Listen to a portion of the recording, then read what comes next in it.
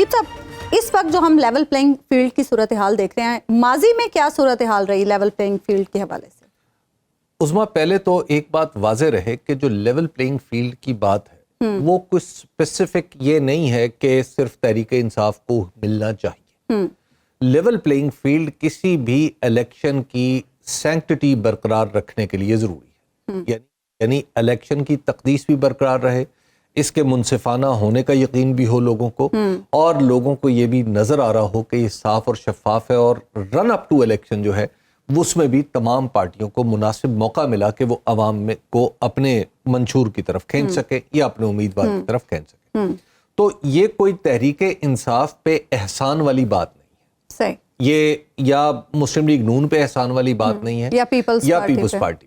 یہ level playing field ایک ہموار میدان تمام لوگوں کو یہ الیکشن کے لوازمات ہیں. الیکشن کے لوازمات میں سے اس کے بغیر اگر الیکشن ہوگا تو اس کے اوپر کوئی بھروسہ نہیں کرے گا. تو پہلے تو ایک بات ہے کہ یہ صرف تحریک انصاف کی ضرورت نہیں ہے، بلکہ پاکستان کے ہر شخص کی ضرورت ہے کہ جب الیکشن ہو تو پھر اس پہ سب کو بھروسہ بھی ہو. لیکن میں آپ سے حبیب صاحب یہ پوچھنا چاہتی ہوں، انفارچونیٹلی ماضی میں جتنے بھی الیکشنز ہوتے رہے، ہر جماعت کو یہ شکوہ رہا کہ اسے لیول پلینگ فیلڈ نہیں ملا.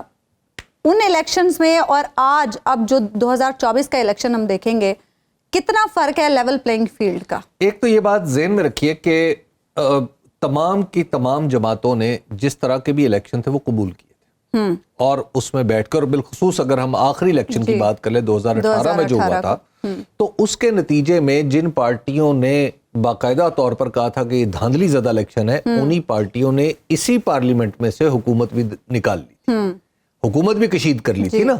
تو جب حکومت بنا کے پھر انہی پارٹیوں نے مزید الیکشن نہیں ہونے دیا، انہی پارٹیوں نے اسی اسمبلی کے تحفظ کی قسم کھا لی، تو پھر اب آپ ذرا تصور کیجئے نا کہ 2018 میں جو کہتے تھے کہ دھاندلی ہوئی ہے، اس کا مطلب ہے وہ موقف تو غلط ثابت ہو گیا. ٹھیک ہے.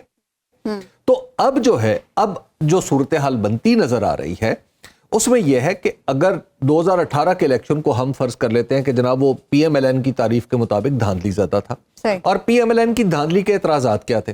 بنیادی اعتراض اس میں یہ تھا کہ پری پول جناب ہمارے لوگ ادھر سے ادھر ہوئے. تو اگر دھاندلی کے اس پیمانے کو مان لیا جائے، وچ آئی ڈاؤٹ، میں اس کو نہیں مانتا، اگر اس پیمانے کو مان لیا جائے تو پھر تو پی ٹی آئی کے ساتھ دھاندلی ہو چکی. کتنے لوگوں نے نئی جماعتیں بنا لی ہیں، کتنے لوگ جو ہیں وہ جیلوں میں، اور کتنے لوگ جو ہیں وہ بالکل سیاست سے توبہ طائب ہو کے اپنے گھروں میں آرام سے بیٹھے ہوئے ہیں. تو لہٰذا یہ کہنا کہ دھاندلی، اگر پی ایم ایل این کی دھاندلی کی یہ تعریف تھی تو یہ تعریف تو پوری ہو چکی ہے. ٹھیک ہے نا، بلکہ اس سے کہیں آگے. لیکن میری ذاتی رائے یہ ہے جو ایک طالب علم کے طور پہ کہ جب الیکشن سے پہلے لوگ اگر اپنی پارٹیاں بدل رہے ہیں، چاہے وہ جو مرضی کہتے رہے جی ہم پہ دباؤ تھا، یہ تھا، الٹیمیٹلی ہوتی ان کی مرضی. بہت سے لوگ ایسے بھی تو ہوتے ہیں نا جو دباؤ میں نہیں آتے، اور یہ ہوتا بھی ہے، یہ اپنا کام کرتے رہے، یہ ہوتا رہے گا.